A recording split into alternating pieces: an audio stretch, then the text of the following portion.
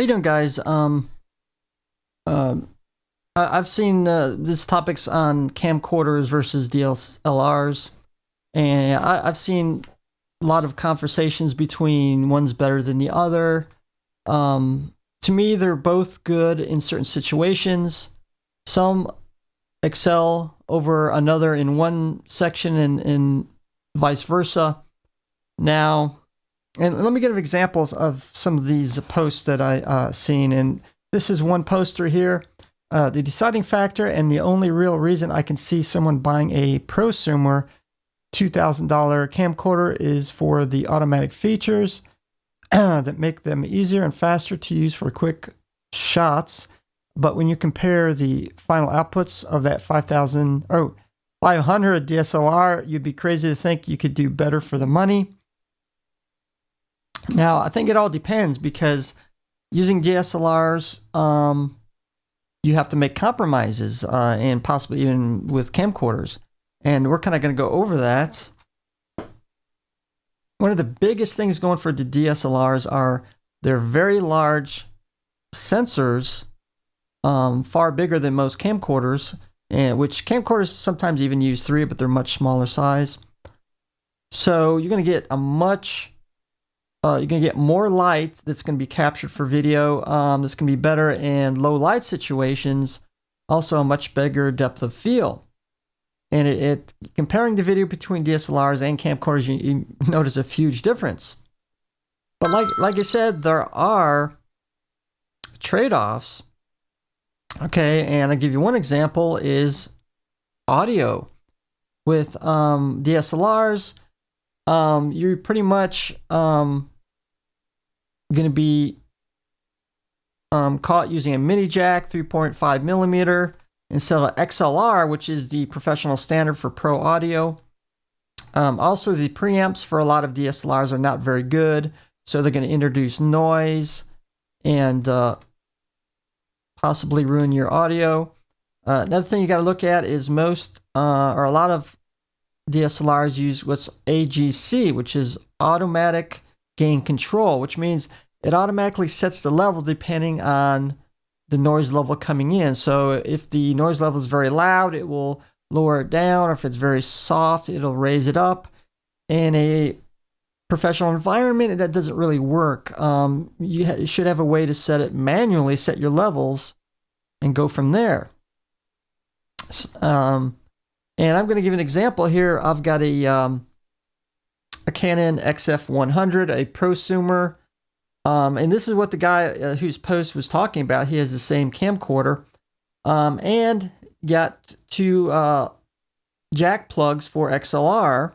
So, which is also another bonus. You can have 2 inputs, vice most DSLRs only have 1. And also, actually, on the other side, you have the different various settings for both channels, and you got manual control wheels if you set it to manual audio level. And another thing you got to look is audio monitoring. I think now, though, a lot of the DSLRs do have a mic jack, and possibly you need to check a headphone jack as well, which is important when you're taking video, because audio is 50% of video, and you want to monitor it, possibly getting in sources close by that might be picked up, and you want to hear that static, noise, and other things like that, volume levels. So you should have a way of monitoring the audio as it's coming in, being recorded. Okay, form factor is another problem, especially with DSLRs, because you got it. Stability might be a problem over long periods of time if you're using it handheld without a tripod. Now, give you an example. Here's a point and shoot camera. Now, this is not a DSLR, and I'm just using this as an example. And most DSLRs are a bit larger. So when you're taking video, it's kind of a little bit haphazard. Its small form factor makes it a little bit hard for the stability.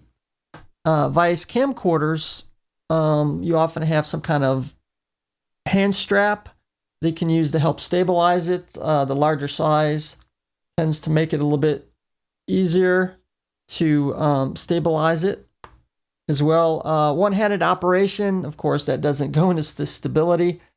And a lot of camcorders have some type of dynamic stability software built into it. So even though your hand's shaking a little bit, or your body's moving, it will smooth it out. I don't think DSLRs have that. Of course, you guys can respond in the notes. Let me know if they do have that with DSLRs. So usually with DSLRs, you need some kind of rig, external rig, allow you to, for better stability without a tripod, add attachments that you don't get with camcorders, perhaps external monitoring, external audio, which we talked about earlier, to hook up to it for pro miking system. You can also need some kind of rig to hold all those items together, which also adds to the price as well. Now, also going to talk about the use of manual setting buttons, which is really important during run and gun situations. You need to make a quick setting change as fast as possible to get it right away, which most now, not so much the consumer version, but the prosumer and professional, you do have a bevy of buttons. And of course, I did show you some earlier with the audio. You can set both channels. You have manual level wheels on top for both channels as well. You can set many things. You got manual iris button, manual gain, manual shutter, video scopes, zebra settings, and so forth. More buttons here. Button switch from auto to manual. And DSLRs, you don't really have that. You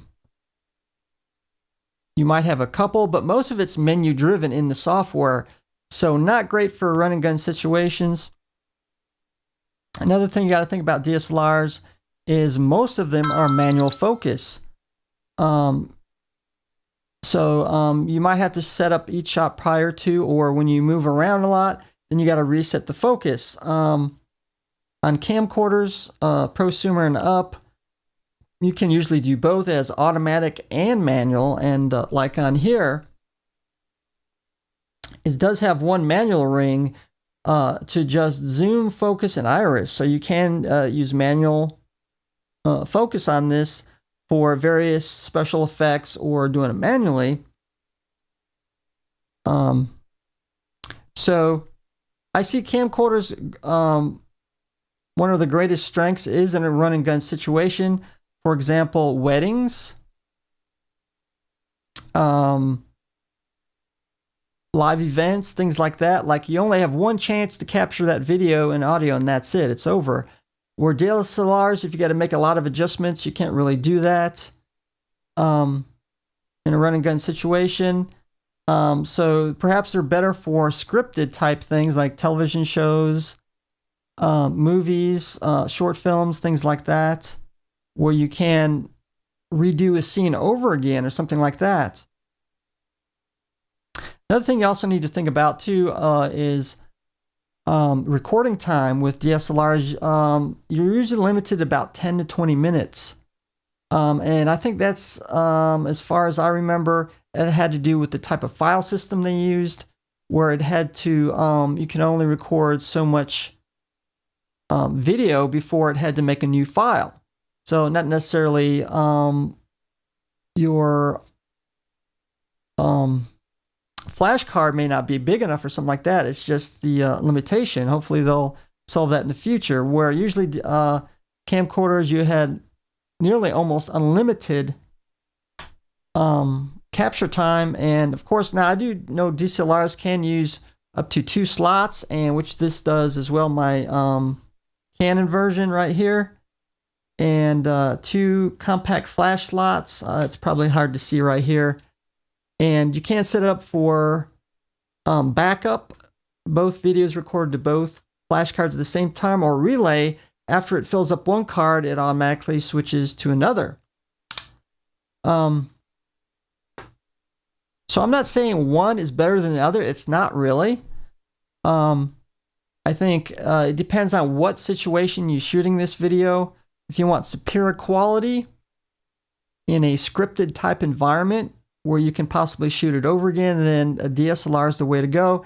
Run and gun situation, I think camcorders, it's really going to be key. Flexibility, camcorders as well.